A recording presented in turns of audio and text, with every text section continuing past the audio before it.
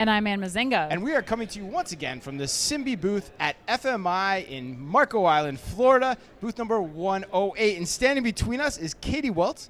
Katie is the Vice President of Category Management and Market Insights at Topco. Katie, welcome to OmniTalk. Thanks for having us. Yeah, it's great to have you here at FMI. Yeah, thank you. And Katie, let's start out by giving our listeners a little bit of your background, your role, and for those who might not be familiar, what Topco yes, is. 100%. Yeah, absolutely. About Topco. All right, well, why don't I start with Topco first, because Yes. then my role will make a ton more sense. Perfect. Great so idea. Topco is a cooperative made up of 48 members across the total U.S. And really what we're here to do is help our members aggregate their purchases. So typically in center store, that means their own brand purchases, but that can be items not for resale, pharmacy, and even in fresh and branded meat. So we really cross the entire portfolio of what a retailer does. And we not only do that, but we also offer that for regional grocers and wholesalers that enables them to compete on the size and scale of some of the larger national chains. Amazing. My Okay. role at Topco Yeah. is I am the Vice President of Center Store Category Management and Okay. also Insights. And so for Center Store Category Management, it's basically anything with a UPC code that's not meat. Okay. And really what we're here to do is help our members sell more of what they've got, more of what we've got, and innovate. And then we measure that. Oh my So God. explain Yeah. that, because Yep. so all of our loyal fans in like the apparel industry, they don't necessarily know what category management is and what it means on a day-to-day basis. So Okay. double click into that for us and tell us Sure. what it is that you're doing on a daily basis. Like what exactly it is that I do every day? No, absolutely. And the insights you're providing. Absolutely. So from a category management standpoint, it's really about understanding the shopper Yeah. and what their needs are, and then fulfilling those needs, be it with the right assortment, right? So you're really sort of anchoring on the 5 or 6 P's of marketing. So we're having the product on shelf, having it at the right price to demonstrate a value. And again, for own brands, that has a very unique position, right? Right, Because right. you've got to offer value to national brand, but then also there's this whole migration to premium that we can talk about. Yes. And then it's promotions, right? So what sort of promotional behavior do you need to see in order Right. to enable shoppers to buy? And then making sure that it's merchandised in the right way, right? And then that measurement is how do all of those things come together and work to enable sort of a strong and productive P&L ultimately for the members. Right. Yeah. Well, let's talk a little bit more about some maybe market trends or insights. You mentioned premium. Maybe Oh, yeah. tell us a little bit more about that. So again, from an own brand perspective, Yeah. what we see is this really interesting bifurcation in the marketplace, right? So inflation was at an all-time high. That is tempered out a little bit. But with that tempering, it's actually really, shoppers have had to make some really tough decisions. And it's not just shoppers that have a limited income. It's even Right. your higher income shoppers. And what we see them doing is migrating to own brands, but they're not necessarily looking for the lowest price on shelf. Yeah. They're looking for an experience in their basket, right? So be it something I'm going to cook at home or how I'm going to treat my family or even gift giving, but I want to do that at a value but very high quality. And Right. so that's really what we've started to see.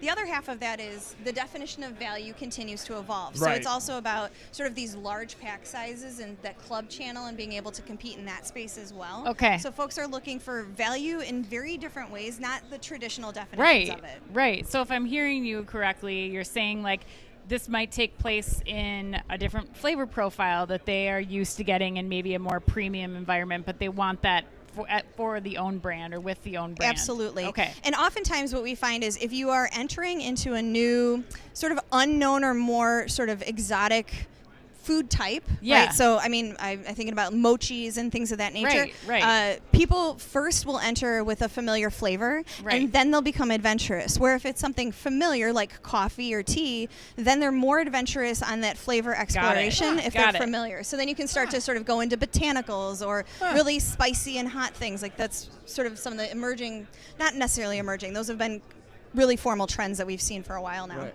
I never thought about that before. That's Yeah. interesting. Yeah, All right. it's safe zone, and Yeah, then see- I yeah, right, adventure. right. Yeah, it's kind of like exactly. kind of like how men shop for apparel in a lot of ways. All right, so from the chair atop which you sit, if you were to guess or pontificate, we always like to get a little prognostication when we can. Sure. How do you think grocery retailing is going to change in the next 3 to 5 years, even 5 to 10 years? Yeah, absolutely. So I think there's certainly going to continue to be this evolution of satisfying needs digitally. Or home delivery, things of Okay. that nature. It really sort of maybe changing the way you engage with the retailer.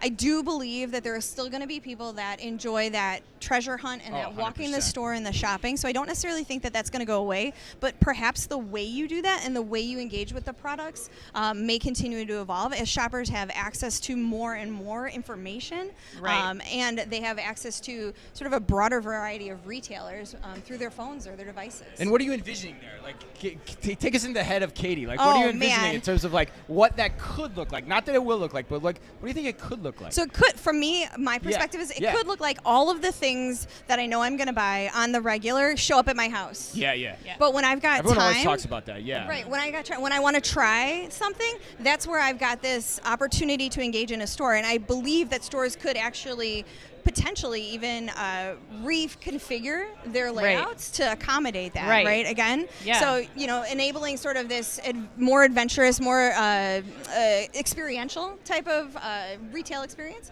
as you're shopping the store, or you're really engaging with the products, or it becomes sort of more of an event, more social, more community-based, as opposed to necessarily me just going to fill a shopping cart. And how do you have conversations with some of your brand partners too, as you're helping them understand like this new way of shopping or how to present their product, or even like I'm thinking you talk about the repeat things that I order, like I get the same brand of milk every single time. Yeah. How do you help them think about like how do I break through then in that category when somebody's already pre-ordered their milk, and now like how do I get them to think about that in a different way, or even like get more experiential with their product? So I think that's where you've got to first drive trial. So you have to make it accessible to me, and you have to make it meaningful to me. And so that's one of the pieces that we always engage with some of our suppliers on is really what is the shopper looking for in terms of that access. And then quite honestly, driving trial, like there's nothing better than either having people advocate for you that I'm familiar with and know and trust. We see that a lot with mom and baby.